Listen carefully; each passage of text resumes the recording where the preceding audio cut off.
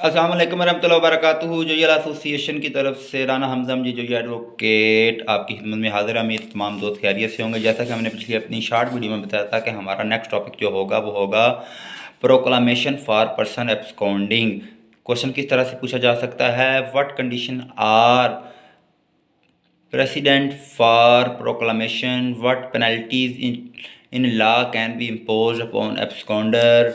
फिर अगला तरीका क्या है, discuss the principle of proclamation of person absconding, can be property of such person be attached, if so under what procedure। इसका क्या तरीक़ेकार है, किस तरीके से उसकी प्रॉपर्टी को अटैच किया जा सकता है, फिर बाद में रिस्टोर किया जा सकता है, जो तरीक़ाकार भी मिल सकता है।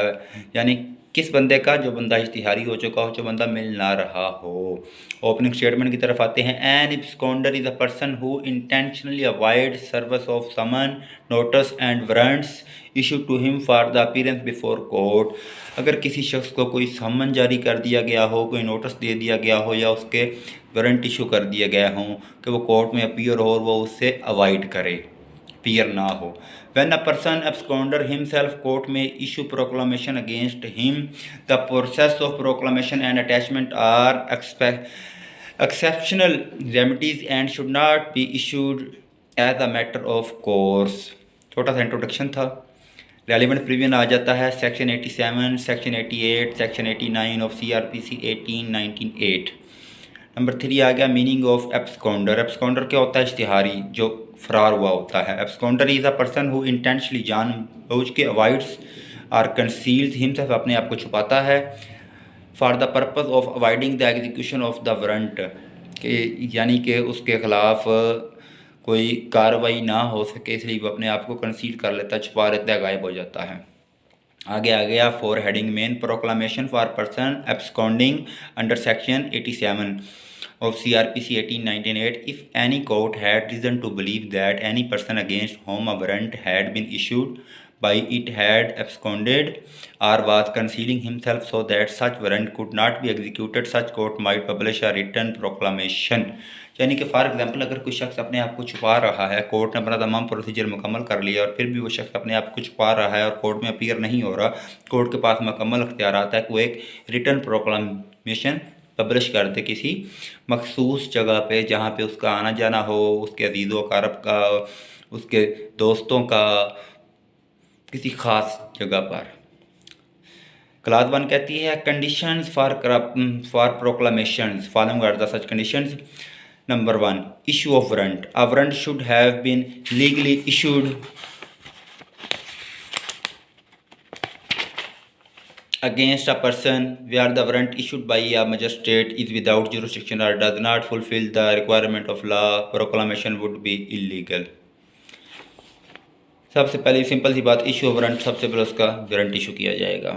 Number 2, absconding of person. The person must have absconded or concealed himself for the purpose of avoiding the execution of the warrant. कोई शख्स अपने आप को जानबूझ के छुपा रहा हो तो। Number 3, satisfaction of the court issuing the proclamation must satisfy itself by evidence or otherwise that the person against whom warrant has issued had absconded himself. अगर कोर्ट सेटिस्फाइड हो जाती है कि वाकई वो अपने आप को छुपा रहा है तो फिर उसके खिलाफ वो ये कार्रवाई करेगी। इसके ऊपर एक केस भी है 1994 PCRLJ page 1335। It was held that accused cannot be declared as absconder without proceeding under section 87 and 88 CRPC। Class 2 है contents of publication। The name and address of absconder, offense in which he is required, statement required that he must appear before court, specification place where he has to appear, specification of date not less than 30 days from the date of its publication for the appearance of the absconder। यानी कि जो notice, जो चीज़ किसी मखसूस जगह पे publish की जाएगी, उसका ये तरीक़ेकार होगा कि उसके अंदर उस बंदे का नेम, उसका एड्रेस, उसका ऑफेंस, सारा कुछ लिखा जाएगा और 30 डेज़ के अंदर अंदर वो बंदे ने को 30 डेज़ के बाद वो नोटिस लगाना है और फिर उस बंदे का मज़ीद इंतज़ार करना है। नंबर 3 क्लास है इसकी जी, the manner of proclamation under section 87 sub class 2। The proclamation shall be publish in the following manner, कि इसके फॉलोइंग मैनर्स कौन से हैं? पब्लिकली रीड, किसी ऐसी जगह पे नोटिस लगाया जाएगा जहाँ पे हर शख्स उसे रीड कर सकता हो। Number 2, affixation at some conspicuous part of home, उसका जो घर होगा उसके घर के नज़दीक लगाया जाएगा जहाँ पे उसके घर वाले भी उस नोटिस को पढ़ सकते हों। Number 3, affixation of copy at the court, एक उसकी कापी अदालत के दरवाजे पर भी लगाई जाएगी। Number 5, written statement by court under section 87 sub class 3, a magistrate should invariably make the endorsement or written statement validating the proclamation. आगे अगली हेडिंग मेन आ गई, attachment of property of person absconding under section 88, यानी कि अगर वो बंदा फिर भी कोर्ट में नहीं आ सकता तो फिर अगर उसके नाम कोई ज़मीन है, कोई प्रॉपर्टी है, तो कोर्ट उसे अटैच कर सकती है, उसे अपने कब्ज़े में ले सकती है। क्लास 1 क्या कहती है? The time for attachment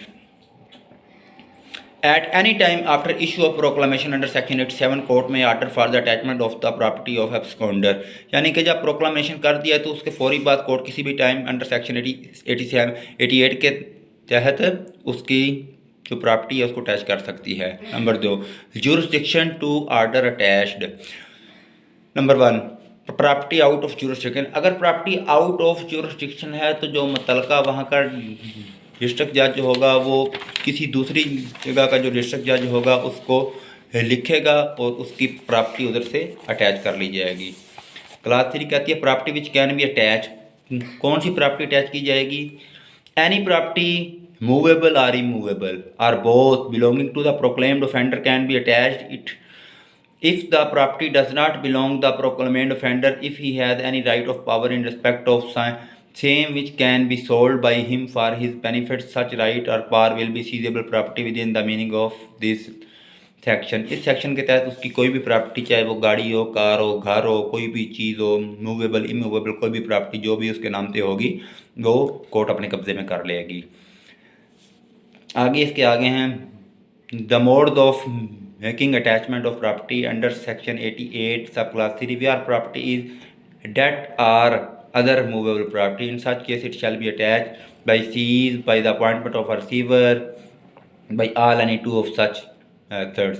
class 2 है where property is immovable in case land revenue, अगर लैंड रेवेन्यू का इशू है और इमूवेबल प्रॉपर्टी है तो if land revenue is paid of such land then the attachment shall be made through the district officer revenue in which land is situated, जहाँ पे land situate होगी मौजूद होगी, ज़मीन होगी, वहाँ का जो रेवेन्यू ऑफिसर होगा उसको कहा जाएगा कि इसको अटैच किया जाए। In other cases by taking possession by appointing of receiver appoint किया जा सकता है, पोजेशन ली जा सकती है, by prohibiting the payment of rent or delivering property of any person by all or any two of such third, इनमें से कोई भी 2 मेथड अपनाए जा सकते हैं। अगला क्लास 5 है sale of property, if property sold by attach consist of life stock और is of perishable nature court में order for immediately sale of property, अगर कोई चीज़ ख़राब होने वाली जैसे उसकी कोई फसल है, कोई ऐसी चीज़ है, उसको कोर्ट फॉरवर्ड कर सकती है। Number 6, claim and objection, the claim and objection is to be made by any person interested in the property other than the proclamation person within 6 month from the date of the attach. Court ने एक चीज़ को attach कर लिया, जो मुतलका बनता है वो 6 माह के अंदर अंदर कोर्ट में अगर अपीयर होकर आके क्लेम कर सकता है तो उसकी तमाम वजूहात, बातें, केस प्रोसीडिंग सुनने के बाद वो प्रॉपर्टी उसे वापस भी दी जा सकती है।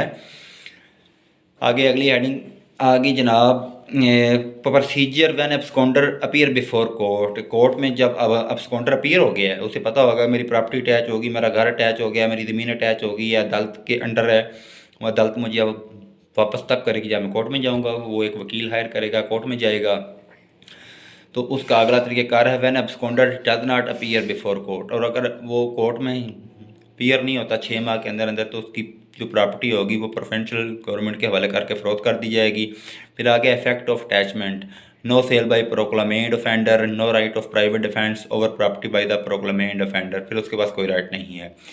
अगली हेडिंग 6 है restoration attachment property under section 89, आखिरी सेक्शन है appearance of person if an absconder person within 2 years